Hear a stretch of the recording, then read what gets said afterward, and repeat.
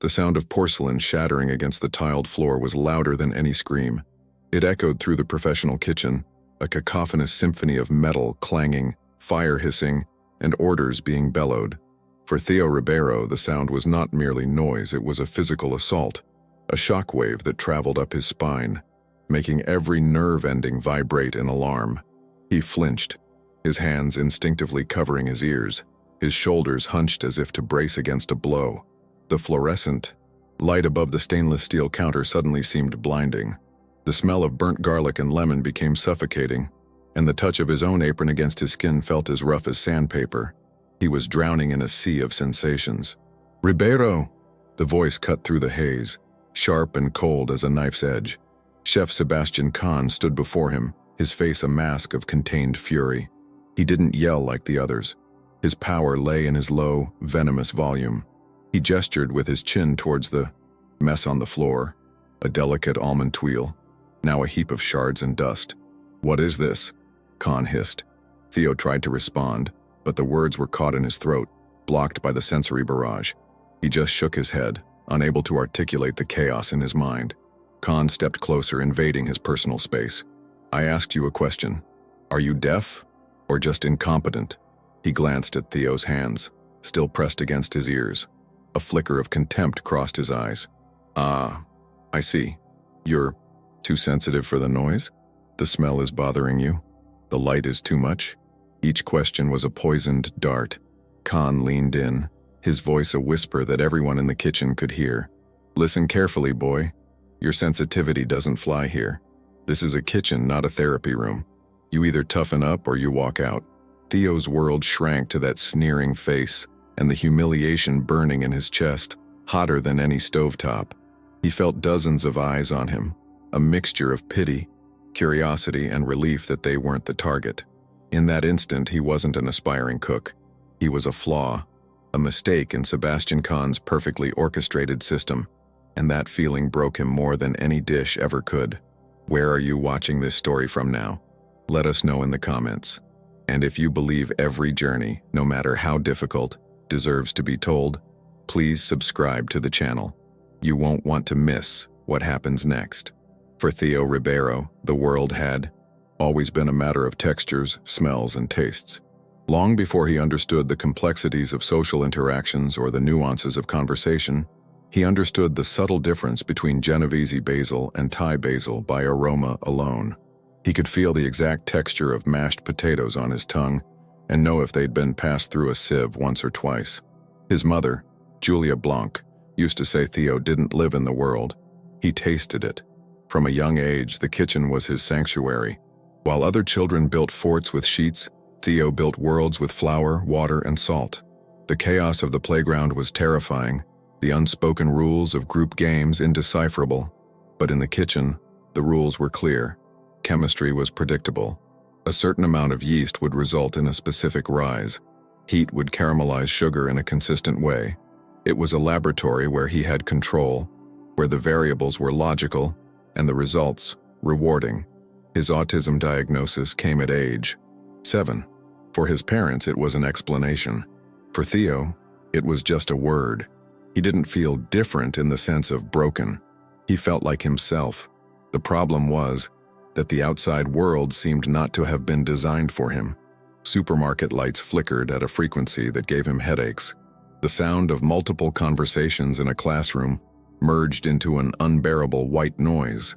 People said one thing, but their faces and bodies said another, and he never knew which to believe. But in the kitchen, a tomato was a tomato. Its flavor was honest. Its acidity was a truth he could understand. Food didn't lie. Julia was his first and most important ally. She realized Theo's hypersensitivity wasn't a weakness, but a disguised superpower. While she could barely distinguish between two types of olive oil, Theo could describe the notes of grass, pepper, and almond in each, identifying the region of Italy they came from.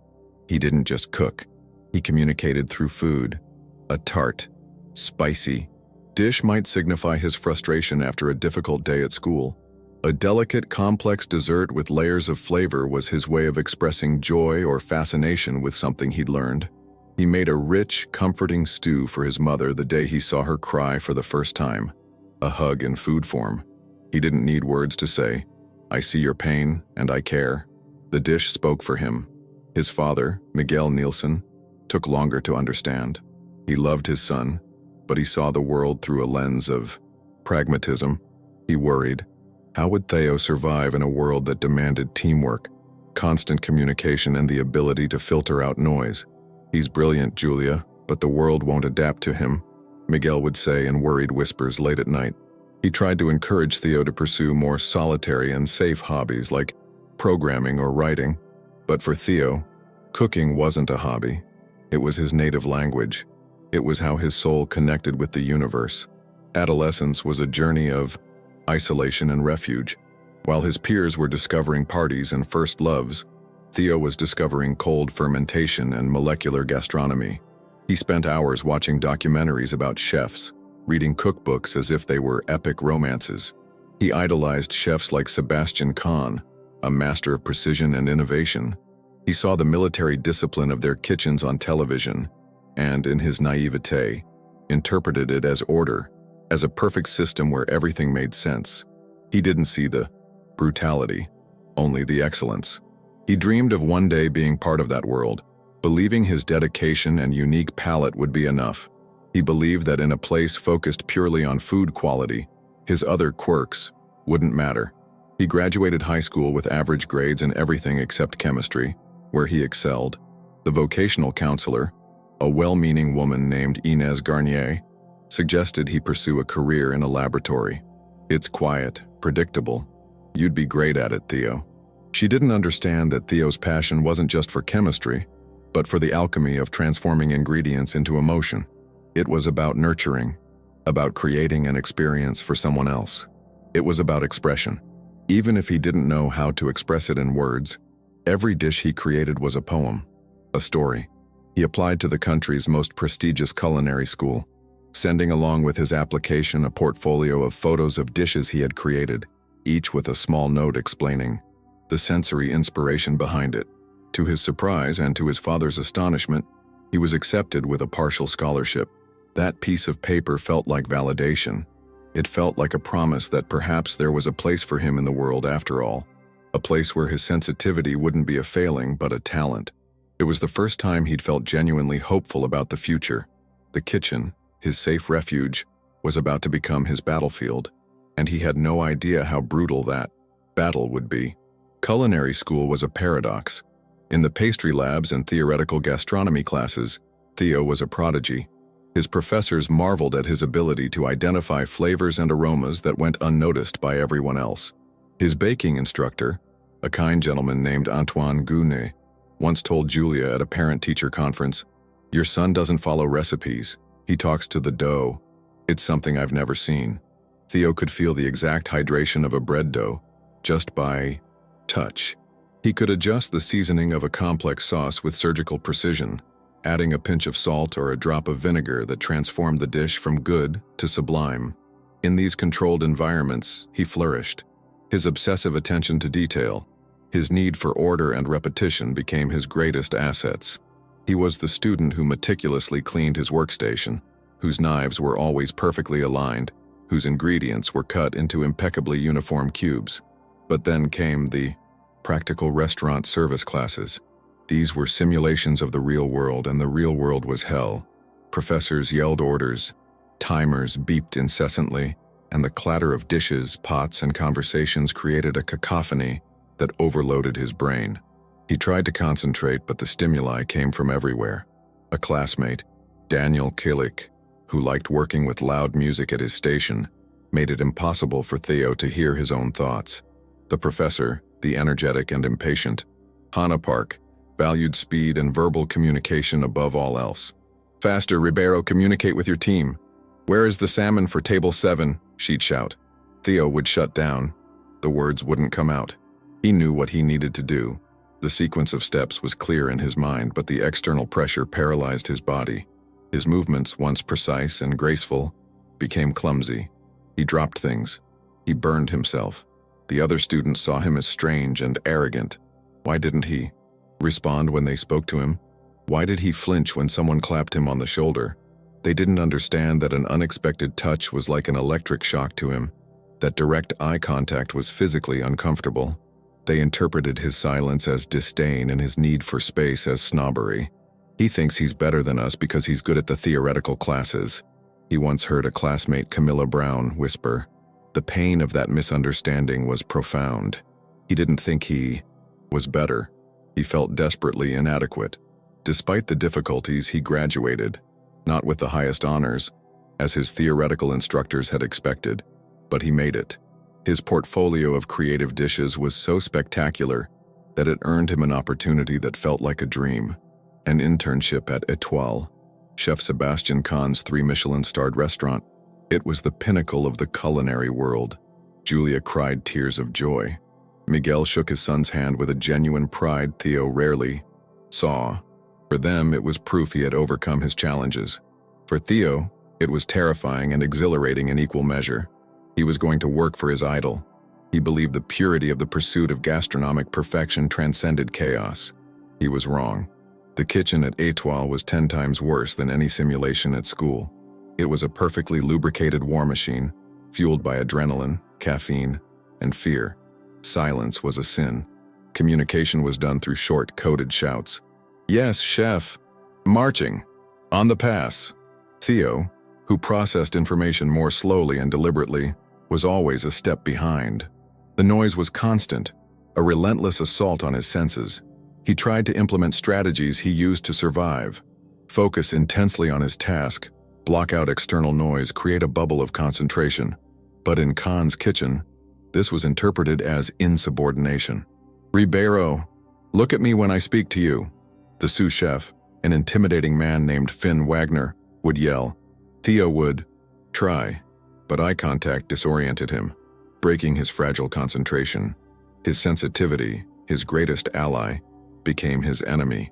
He could smell fish that was a day past its peak freshness, something even the chef de partie, Raphael Aziz, hadn't noticed. But when he tried to point it out, hesitantly and indirectly, he was met with scorn. Are you telling me how to do my job, intern? Aziz snarled. Just descal the damn fish. The dish was served. No one complained. But Theo knew. And knowing, yet, being unable to act was a form of torture. The final humiliation, the broken dish, was the climax of weeks of microaggressions and misunderstandings. That day the dishwasher broke, and the shrill metallic noise it made was like a drill in his brain. He was already at his limit when a waiter, rushing, bumped into him. The shock of the unexpected contact made him lose his grip on the plate. The rest was the public execution carried out by Sebastian Kahn. Your sensitivity doesn't fly here. The phrase became etched in his mind. Sensitivity. This was how the world saw his neurology. An affectation, a choice, a moral failing. He was fired on the spot. He walked out the back door, still in his apron, and wandered aimlessly through the city streets, Kahn's voice louder in his head than all the traffic around him. The false hope had disintegrated, leaving behind only the bitter taste of failure.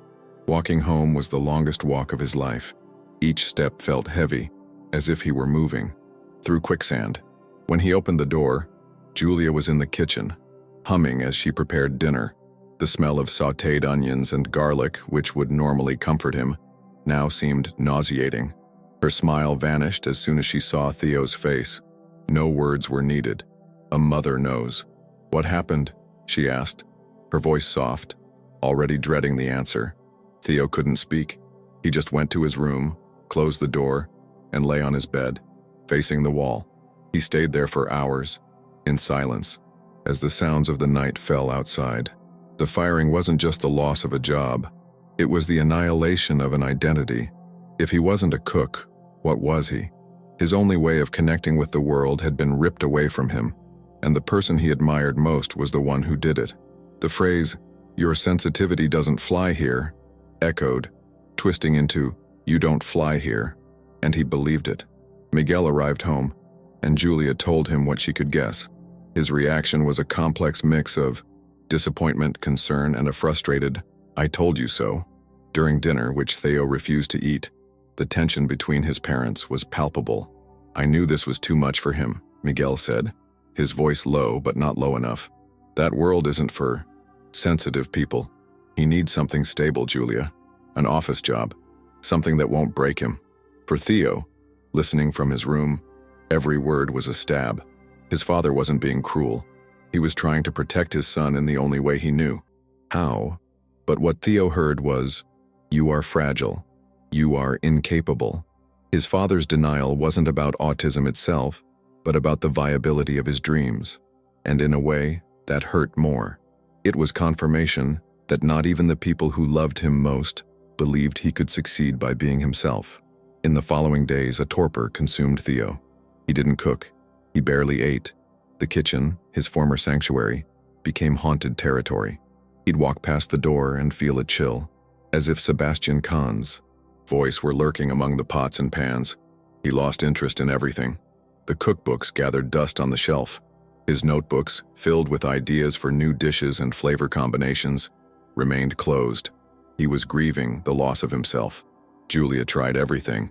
She bought exotic ingredients he loved, left cookbooks open to tempting pages, cooked his favorite dishes, but he refused to engage. "It's no use, Mom," he said one night, his voice hoarse from disuse. Kahn was right. "I don't belong." The resignation in his voice broke her heart. She saw her son fading, the light in his eyes dimming with each passing day. The conflict wasn't just internal. The outside world continued to turn. Family friends asked about Theo's amazing job. Distant relatives called to congratulate him. Every question was a reminder of his failure. He began to avoid people, to isolate himself even further. He felt like a fraud. Society's gaze, even when well-intentioned, was an overwhelming burden. He saw how people looked at him when Julia tried to explain the situation, the glint of pity in their eyes. No one understood. They saw a young man who couldn't handle the pressure, not a neurodivergent individual placed in an impossible environment. Chef Sebastian Kahn, in his mind, transformed from an idol into a monster, but the reality was more complex. Theo, in his more lucid moments, knew this. Kahn wasn't a cartoon villain. He was the product of a brutal system that glorified resilience to the point of dehumanization, a system that had no room for nuance or accommodation. Kahn likely saw Theo as a spoiled, lazy intern, unable to handle the heat of the kitchen, literally and figuratively. The real villain wasn't a man, but a culture that confused sensitivity with weakness and demanded everyone fit into the same rigid, noisy mold. Understanding this, however, didn't diminish the pain. The humiliation was still real. The dream was still dead.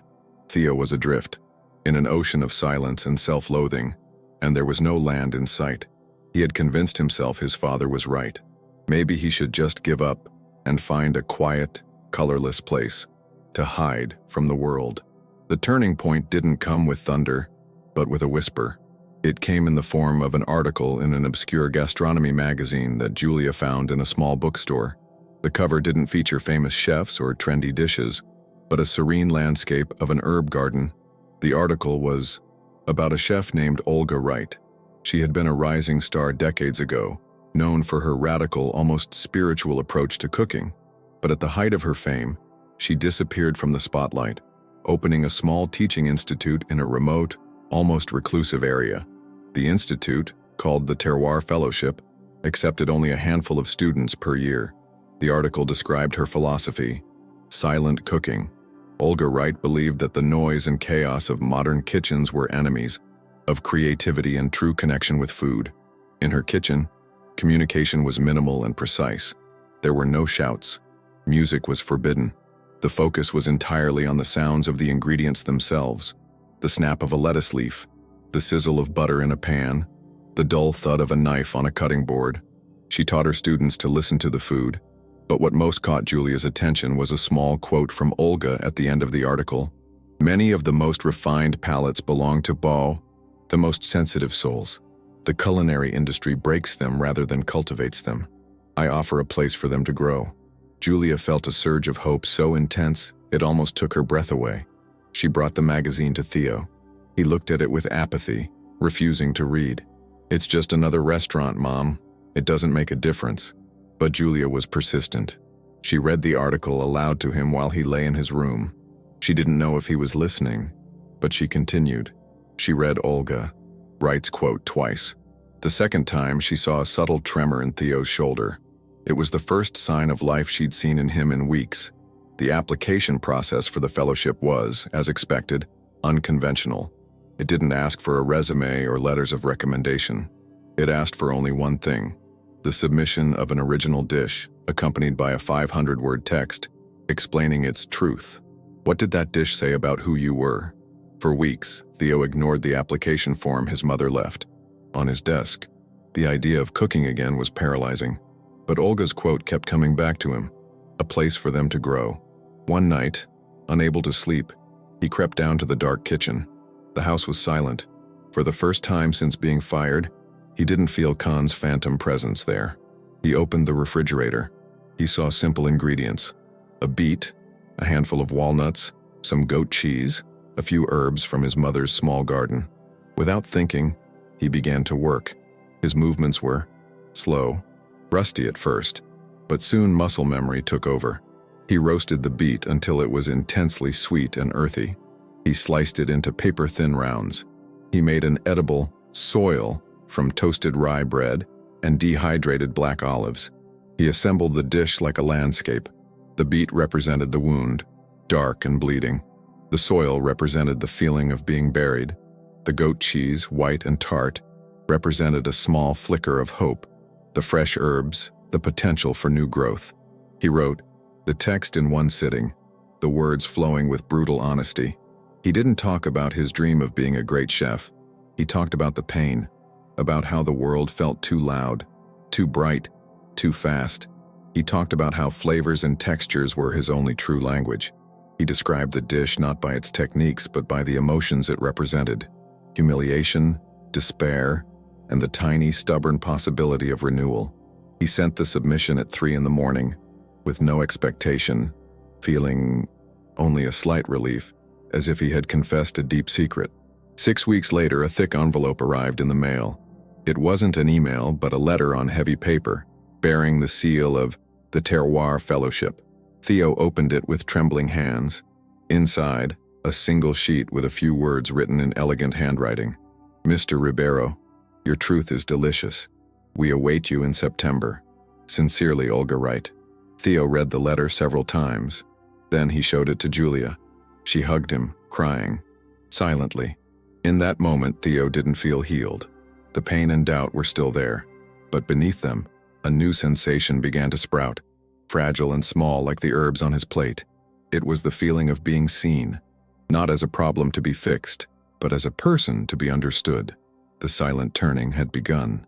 Olga Wright's Institute was less a school and more a monastery dedicated to gastronomy. Situated in an isolated valley, surrounded by forests and organic farms, the place itself exuded a calmness Theo had never experienced. There were only 5 other students in the fellowship, all from different parts of the world: the intense and focused Sora Arslan, the quiet and methodical Tuan Stefanou, the warm and creative Nina Souza, the technical and precise Jakub Esposito Jackson, and the thoughtful William Ionescu. There was no competition among them, only a shared sense of purpose. The kitchen was the heart of the institute. It was spacious, filled with natural light, and remarkably quiet. The only sounds were the sounds of the kitchen itself. Olga Wright was a 70-year-old woman with eyes that seemed to hold the history of cuisine. She moved with an economy of gesture, and her presence was both imposing and reassuring. On the first day, she didn't give a lecture. Instead, she took the students on a walk through the forest. Before you learn to cook, she said, her voice calm, you must learn to listen. Listen to the wind in the trees. Feel the dampness in the moss. Smell the earth. All of this is flavor. All of this is an ingredient. For Theo, this was a revelation. Someone was finally speaking his language.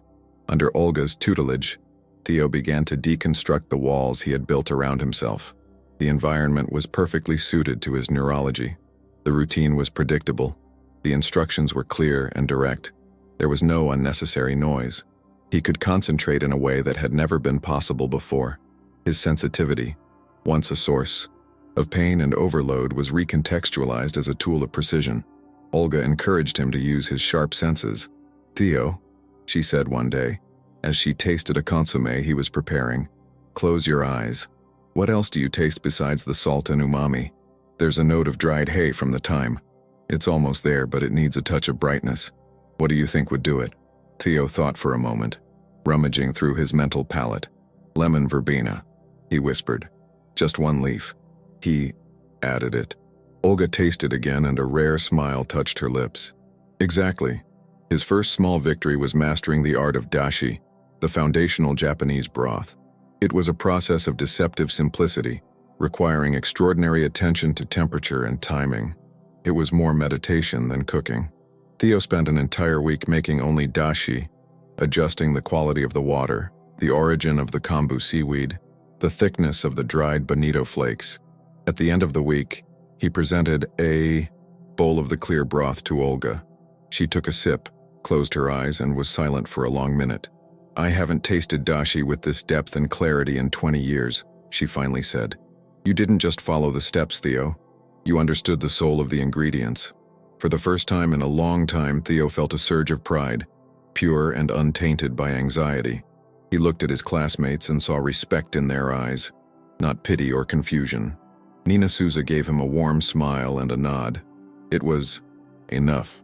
Another victory came during a creation challenge. Each student had to create a dish using only ingredients of a single color. Theo chose white. Many would see this as a limitation, a blank canvas.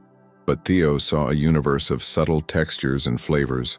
He created a stunning dish, a piece of perfectly cooked halibut atop a silken cauliflower puree with pickled turnips, shaved fresh coconut, and an almond milk foam. The dish was visually minimalist, but each forkful revealed a new layer of complexity. Sora Arslan, who was the most competitive of the group, looked at Theo's plate and said with reluctant sincerity, "This is genius. How did you think of combining these flavors?" Theo, who would normally struggle to answer, simply said, "I didn't think. I felt." And for the first time, he didn't feel strange saying it. He began to open up, little by little. He discovered that Nina also struggled with anxiety, and that Jakub used the precision of the kitchen to calm a restless mind. They weren't like him, but they all had their own battles. They formed a small community of support, communicating more through actions and the food they prepared than through words. One day, Theo was having a difficult day, feeling overwhelmed by his own memories. Nina, sensing his distress, quietly prepared a cup of chamomile tea and left it on his workstation, without a word. The small gesture of kindness moved him deeply. It was these small victories, these moments of silent connection, that were rebuilding his confidence piece by piece. He wasn't just learning to cook in a new way, he was learning to live in a new way, embracing the peculiarities of his mind, not as a deficit, but as his unique signature. The months at the Terroir Fellowship passed like a focused dream. The slow, deliberate pace of the Institute allowed Theo not only to hone his skills, but also to engage in a deep process of self-examination. Away from the judgment and pressure of the outside world, he began to unravel the knots of shame and inadequacy that had tied him up for so long. He realized that Sebastian Kahn's phrase, "Your sensitivity doesn't fly here," had only hurt him so deeply because a part of him had already believed it. For his entire life, he had been subtly taught to view his autistic traits as problems to be managed or hidden. He had spent years masking, trying to imitate neurotypical behavior, an effort that left him perpetually exhausted and feeling like an imposter. Olga Wright was instrumental in this shift in perspective. She never used labels or diagnoses. She simply saw each student as an individual with a unique set of tools. One day, as she watched Theo meticulously organize his ingredients, lining up each herb and vegetable in precise order before beginning to cook, she commented, "People call it obsessive. I call it respect. You honor your ingredients before you even apply heat. It's why your food has clarity." Those simple words of recontextualization were more powerful than any therapy. What Kahn called sensitivity, Olga called sensitivity. What others called rigidity, Olga called discipline. What seemed antisocial, Olga recognized as deep focus. Theo began to fill a new notebook. But this one wasn't just for recipes, it was a sensory journal. He described flavors not in terms of ingredients, but in terms of emotions, memories, and colors. The taste of a wild strawberry picked in the forest was a child's laughter on a sunny day. The aroma of baking bread was a warm hug on a cold morning. He was building a new language for himself, one that celebrated his unique way of perceiving the world. He realized that his autism wasn't a barrier to cooking. It was the very lens through which he saw the beauty and potential of food. His hypersensitivity to sound made him more attuned to the sounds of the kitchen. His sensitivity to touch made him a master of textures. His keen perception of smell and taste gave him a palette that other chefs could only dream of. His internal transformation manifested in his food. His dishes became bolder, more personal. He stopped trying to recreate other chefs' food and started creating dishes that were uniquely his own. He made a dish called silence, which consisted of elements that produced very little sound when eaten. A white fish mousse, a cucumber gel, barrage flowers. It was a dish that invited introspection. He created another called overload, a chaotic yet harmonious combination of spicy, sour, sweet, and bitter flavors with textures that were crisp and soft, hot and cold, that somehow worked together. It was his attempt to translate his sensory experience for others. It was food that told a story. His story. One day, Olga gathered the students. She announced that she had entered all of them into the Prix d'Or culinaire, one of the world's most prestigious gastronomy competitions for young chefs. The competition was known for its rigorous format and the presence of the most influential critics and chefs on the planet. Theo's stomach dropped. The thought of returning to a high-pressure environment, filled with crowds, lights, and noise, was terrifying. He felt the panic begin to creep in. "I can't," he told Olga privately later. "I'll freeze. It'll be like at Étoile again." Olga looked at him calmly. "You are not the same person who walked into Étoile, Theo. You have tools now. You have self-awareness. And most importantly, you are no longer trying to be someone else. The competition will be noisy, yes, but you have learned to find the silence within yourself." She then gave him advice that would change everything. Don't fight the environment. Use it. Let your food be your voice. Let it shout, whisper, sing. Tell them who you are. Revenge is not the goal. Truth is. The reflection was profound. He didn't need to get revenge on Sebastian Kahn. Doing so would mean Kahn still had power over him. The goal was bigger. It was to prove to himself that his worth wasn't defined by one man's opinion or one system's rigidity. It was about standing up and declaring through his art that he belonged, that his sensitivity was not just welcome, it was extraordinary. With this new resolve, he began to design his menu for the competition, not as a display of technique, but as a manifesto of his journey. The Prix d'Or culinaire was held in a vibrant metropolis, the exact opposite of the Institute's tranquility. The venue was a vast convention hall, buzzing with the energy of hundreds of chefs, journalists, and spectators. The lights were blinding, the TV cameras were everywhere, and the air was thick with a cacophony of languages and the constant sound of kitchen utensils. For the old Theo, it would have been an instant breakdown. For the new Theo, it was a challenge to navigate. He put on his noise-canceling headphones, a suggestion from Olga, creating a bubble of relative silence amidst the chaos. He focused on his workstation, organizing his tools and ingredients with the same ritualistic precision he had practiced countless times. His classmates were nearby, each in their own bubble of focus, but their presence was a silent comfort. The competition spanned 3 days of elimination challenges. Theo cooked with a calmness that surprised even himself. He moved with graceful efficiency, his mind fully immersed in the task at hand. He didn't look at the judges or the cameras. He looked at the food. He listened to what it needed. He passed the first round, then the second. His food was different from everyone else's. While many competitors, like the technically brilliant Sora Arslan, presented dishes of stunning visual complexity, Theo's plates were simpler in appearance but held a depth of flavor that intrigued the judges. One of them, a renowned food critic named Francesco King, who had once written a glowing review of Étoile, was seen tasting Theo's dish, frowning in concentration, and then furiously scribbling notes. The finals arrived. There were only 3 competitors left: Theo, Sora, and a French chef named Antoine Gun. The final challenge was to create a 3-course menu that told a personal story. while Sora and Antoine spoke to the hosts about their inspirations, citing their grandmothers and their travels through Asia. Theo remained silent. His story would be told on the plate. His first dish was soil and seed, an elevated version of the beet dish he had made for his fellowship application. It was the story of his pain and the beginning of hope. The second dish, the main course, was called the Silent Kitchen. It was a delicate steamed fish encased in banana leaves, served with a clear, aromatic broth and vegetables that snapped softly in the mouth. It was a dish about peace, focus, and the beauty found in quietude. It was his tribute to Olga Wright. For dessert, he risked it all. It was called Harmonious Noise.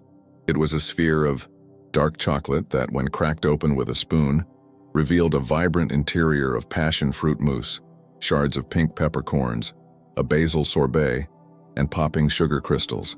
It was an explosion of flavors, textures, and temperatures. It was complex, overwhelming, a little jarring, but somehow everything worked together in perfect harmony. It was his life on a plate. It was the acceptance that the chaos of the world and the chaos within himself could be transformed into something beautiful. Time ran out.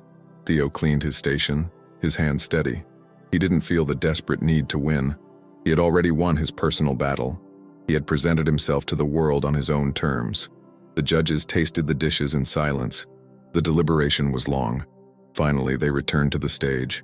Francesco King picked up the microphone. "We have had 3 menus of extraordinary technical skill tonight," he said. But one menu was more than food. It was poetry. It was a journey. It forced us to stop, to feel, and to understand a perspective many of us overlook. He paused.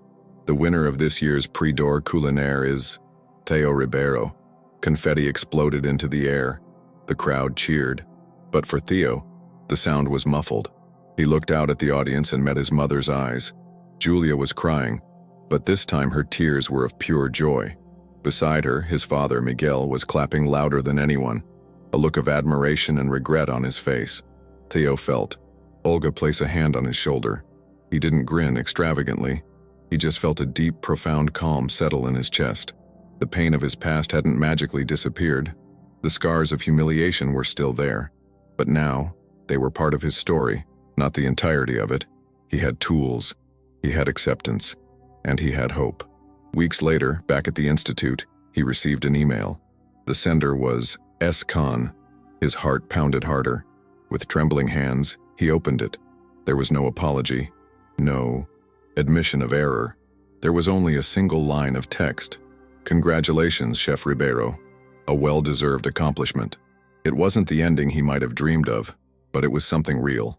A professional acknowledgement from one peer to another. And for Theo, that was enough. He closed the laptop, walked to the kitchen, and began to cook, not out of revenge or for validation, but for the sheer, unadulterated joy of creation. In the end, Theo's greatest victory was not a golden trophy, or the recognition of his peers. It was the quiet understanding that true strength lies not in conforming to the world, but in carving out a space in the world that conforms to you. He learned that his sensitivity wasn't a flaw in the system. It was a different operating system, capable of perceiving beauty and nuances that others could not. The pain of the past didn't magically vanish, but it no longer defined him. Instead, it became just another ingredient, a complex, bitter flavor that gave depth to his story, much like a touch of bitterness can balance a sweet dish. The world outside remained noisy and at times unforgiving, but Theo now carried his own silent kitchen within him, a sanctuary of peace and purpose that no one could take away from him. His journey teaches us that sometimes the most powerful voices are those that learn to bloom in silence. If this story touched you in any way, if you've ever felt misunderstood or underestimated, please like, comment with your own experience and subscribe to the channel. Sometimes sharing a story is the first step to rewriting the ending. Someone, somewhere might really need to hear this today.